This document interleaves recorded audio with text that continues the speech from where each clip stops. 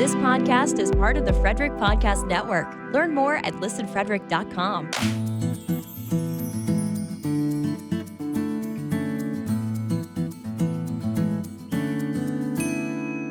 Welcome back to Mental Health and Me. I'm so glad you tuned in today. I wanted to talk to you a little bit about one of my very favorite topics, and I think you're going to catch on to what it is. Have you ever heard the expression that good fences make good neighbors? Well, I like to say that good mental fences make healthy relationships. A fence is probably the best visual that you can come up with to show what a boundary looks like. Instantly, when I say that, you can picture a fence. And even in my office, I have a little fence that I will use with people to signify a boundary. Every fence has a gate. The gate is how things get in and out, and that's what we need to be really good at controlling. And when we talk about the gate, the other thing that we need to remember is that we are the gatekeeper. We are the ones who control our gate, and therefore we control our boundaries. So then that can be a lot of work. We say, well, then what do we do with this information? Since we know this is true, how do we set boundaries? What does it look like when we set boundaries? How do we make others respect our boundaries? And that's where we're going to go today. So in the context of mental health, boundaries simply refer to limits or guidelines that we set for ourselves. We set them in our relationships, our interactions with others. We might set them on our own individual behaviors. I set boundaries for myself all the time in different areas. The best thing that they do for us is that they're just going to protect our well-being and ensure that our needs get met. You know, I'm a mom, and so I'm not always good at making sure my own needs are met. Maybe you relate to that statement. And a boundary, if I don't set them, I'll end up in a deficit, and then it's not really good for me or anyone else that I'm around. And so setting boundaries just really helps my entire family unit as well as myself. It's really essential that we set boundaries because this is a way to maintain good mental health, and it allows us to sort of prioritize our own needs and desires. Again, this is not something that I've always been good at. So I've worked on it over the years, and I think I've gotten better. Another thing that we think about when we talk about boundaries is, okay, how do we set them? Well, this again is really subjective. It's not going to be a one-size-fits-all. So the boundaries that I set in my family and in my job and in my marriage might look very, very different from the ones that you set. And that's totally okay. I hope when you hear today's podcast, you just simply see that we have to really become aware of our own needs. Again, I don't love that. I would love it if there was a book about just set these boundaries and life will be great. Everything will be wonderful. But it really doesn't work that way. Hopefully the people in your life really care about you and really love you, because if that's the case, they want you to be happy and they don't want to stomp your boundaries. But we need to teach people how to treat us. I don't like that either. You know, I wanted to just assume that everyone had telepathy and understood exactly what I was thinking and exactly what I needed, but that's just not the case. So I have to set boundaries all the time with my job, my spouse, my children, and this is a really healthy thing to do because it's sustainable. If I do not set these boundaries, then I'm maintaining a life that's just not sustainable, and at some point I'm going to snap. So there's a great saying, not original with me, and I honestly am not sure where I heard it first, but it says, love is unconditional, relationships are conditional. And some people don't love that, but that is really a healthy way to look at things. I love my children unconditionally, but I tell them this saying all the time, love is unconditional, relationships are conditional. So if they are being really rude to me, I might just simply remind them, hey, I love you, but this is not an acceptable way to speak to me. That's not going to work. You know, you're going to break our relationship. This is not going to be able to continue that you speak to me this way.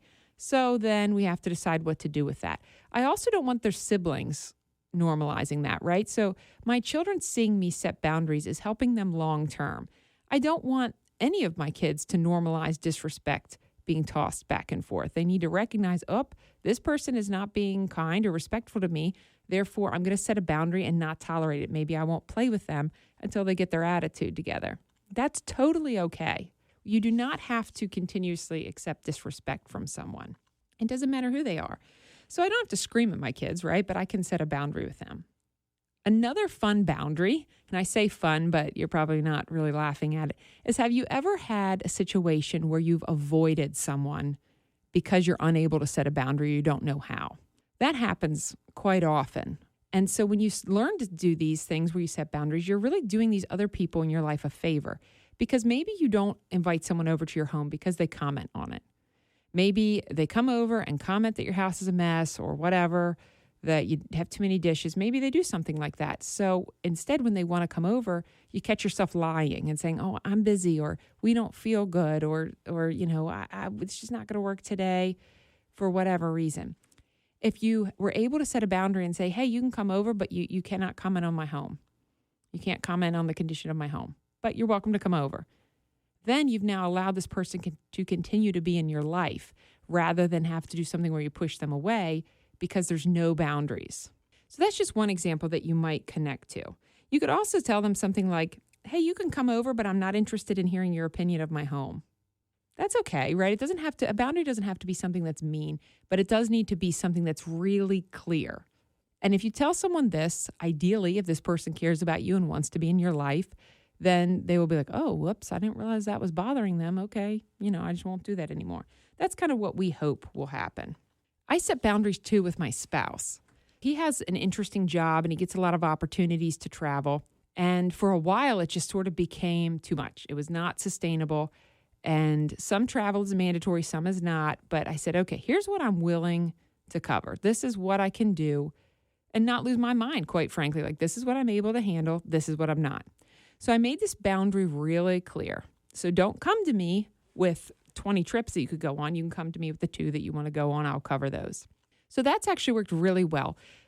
The other thing about boundaries, though, that I'm going to say is that we don't want to have what we call rigid boundaries. And rigid boundaries mean that we really don't care about a person, that we are absolutely not bending under any circumstances.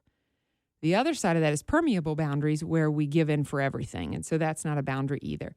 But you do just want to have strong boundaries, but recognize that you can move them. Recently, my husband had an opportunity to do something he really, really wanted to do. Now, he had already used the 2 trips that I had agreed to cover, and he came to me and he really wanted to do a 3rd trip this year and have me just kind of cover it. And the first thing I did was take some space. So you need to remember, you don't always have to give an immediate answer to someone. You can take the space and decide if you're even able to move your boundary, if that'll even work for you. So that's what I did. I took the space and then I came back and said, okay, I can do this, but here's what needs to happen for me to do this. When you come back, you need to understand I am going to be taking several days off from motherhood. That means I will be off. I will not be doing any of the mental load. I will not be doing any of the physical load, because if not, I'm going to get depleted and not be able to recharge myself. So this isn't me being mean. This is me getting my own needs met. So by providing this information to my husband, he now knew, did he still want to take the trip, knowing when he came back, he had an additional load to deal with in our home, or did he not want to do that?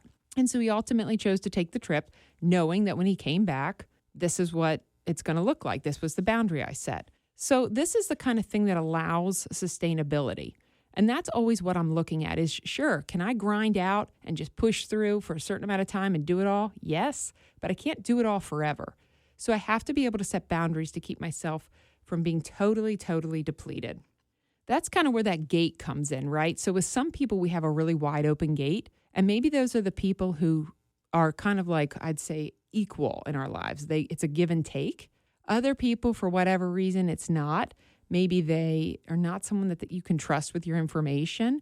Maybe they're someone who is judgmental. In that case, you might want to close your gate some. It doesn't need to be locked. It doesn't need to be totally closed, but maybe you keep what we call safe communication with them. So instead of it being wide open, you just shut it a little, right? You just have a smaller gap. You're not telling them everything in your world, but you are still maintaining a relationship and keeping some communication. The other thing with boundaries is to be able to set them, we need to even understand what it is we want and need. This was probably one of the biggest struggles for me, is I was really good at knowing what I didn't want, but I wasn't great at knowing what I did want. So I had to decide, and I really had to relearn, especially as a mother, what it takes for me to keep from being totally depleted. Telling your spouse, I need a break, is not setting a boundary. They don't know what to do with that information. And I remember my husband had even said to me one time, he said, "You're not telling me you want to go do something, and I'm saying no." And I thought, oh yeah, you're right. So now I need to figure out what I'm going to do. And I think he actually got a little afraid because he knew that I was going to just come up with something. And I did. I did something that was hard for me. So sometimes when we set a boundary, it is hard to follow through on that. I said I need to take a few days and go off by myself and write and do the things that are really healthy just for my brain without worrying about anyone else. And that's what I did, but it was really hard for me to do that, even though I knew that's what I needed. So learning to set these boundaries for ourselves, it doesn't always feel natural, especially if you're a mom, I feel like, because we do a lot and our kids are so connected to us. And for us to sort of relinquish that control and do something that is entirely for ourselves can be hard. But I needed to be sustainable, and I needed to also model for my children, yes, I love you. Yes, you're super important, but I am more than just a mom. I am more than just a wife. I'm Natalie. And what does it look like if I'm doing what's best for Natalie? And in this case, I had to set the boundary and take time for myself. If you're familiar with the concept of love languages, this is an area where we should really be aware of boundaries. The 5 love languages are time, touch, acts of service, gifts, and words of affirmation. So for me, I'm an act of service person and time, really. Like if you need me, I'm there. I will help out. I'll sign up for every field trip. I will volunteer anytime I'm needed in the class. I will cover stuff for my husband. I will help my kids with projects. I'm always doing acts of service. But because of that, that's an area where I'm prone to depletion. So I have to learn what I can handle and what I can do, not begrudgingly. And then I have to say, I have to set a boundary here, because if I don't, what happens is my love language then becomes something that I'm actually resenting doing. And so I don't want that. So I have to say, okay, I have to limit this. I have to limit sometimes volunteering, which is hard for me. Sure, you need me, I'm there, I want to do that. But other times it's like, oh man, if I do that, then I'll be behind on my work, or I have to cancel this and that. And my husband will say, he's like, it's okay if you don't volunteer for everything. It's okay if you just put yourself first. So that can really take some training. But again, that's a boundary. I think that a lot of times, I'm somebody who loves to hike and do things outdoors. And I always think of nature. This is kind of my fallback for just about everything, like this model. But nature doesn't have this problem. Nature never overgives. Could you imagine, like, a tree never overgives oxygen? It gives what it can and then continues doing whatever else. Same with all of nature. Like, there's no such thing as something in nature just overgiving and then being like, I'm burnt out. I can't do it for 2 weeks, right? So I look at this model of giving what you can, stopping, resetting, right? Getting our own needs met. And we see this all throughout really anything that you look at in nature, any type of animal or plant. I always love those giant turtles. They're the ones who lay their eggs and then take off and never do anything else. And it's sort of a joke because they live such a long time, but they live like this really burden-free life because they just lay their eggs and they're like, figure it out. And then they go back to the water. And I'm like, well, that must be what they have to give, because they just leave their little eggs to figure it out. And the species is still here. Not suggesting we do that, but it's a good model. I think sometimes that we also see nature sets boundaries with us.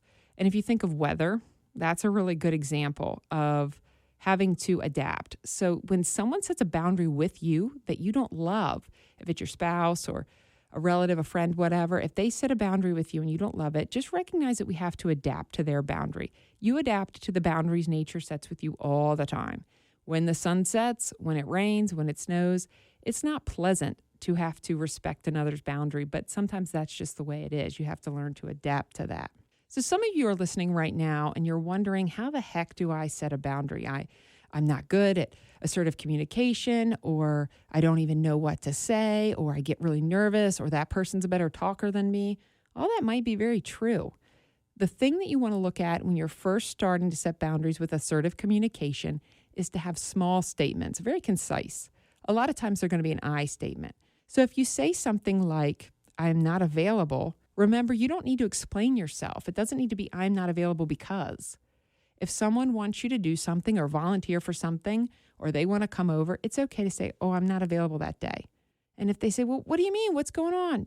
You still don't have to explain yourself. You can say, I'm really just not available that day.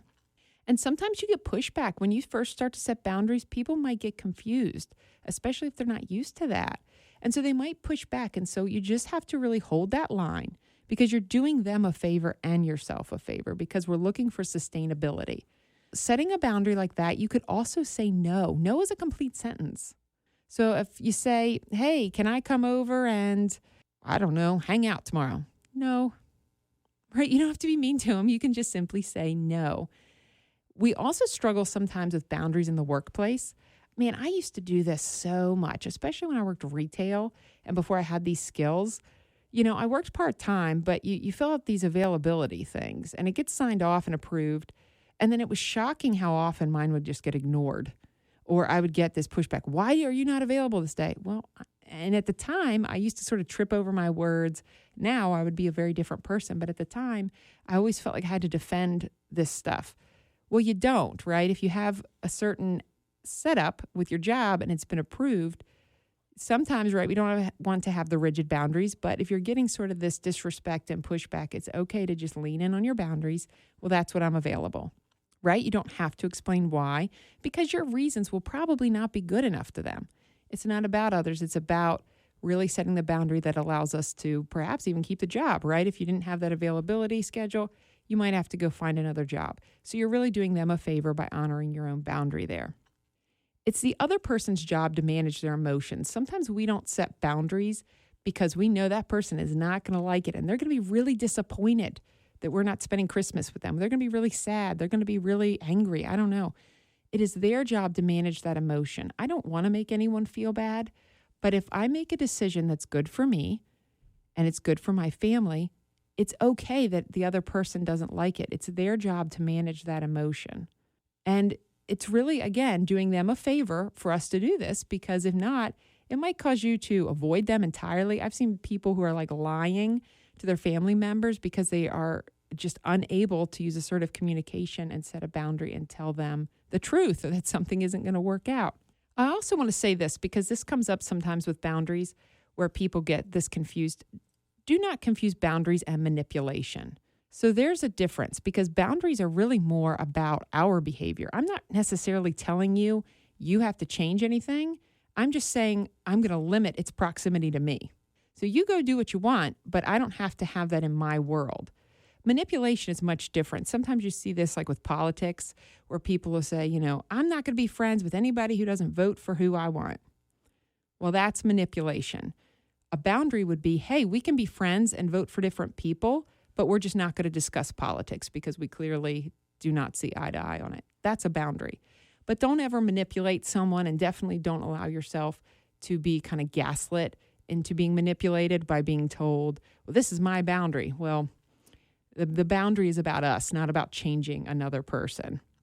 When we talk too about our fence and the gatekeeper, something that happens if we're not really good at keeping that gate is that someone kind of comes into our fence and ransacks it.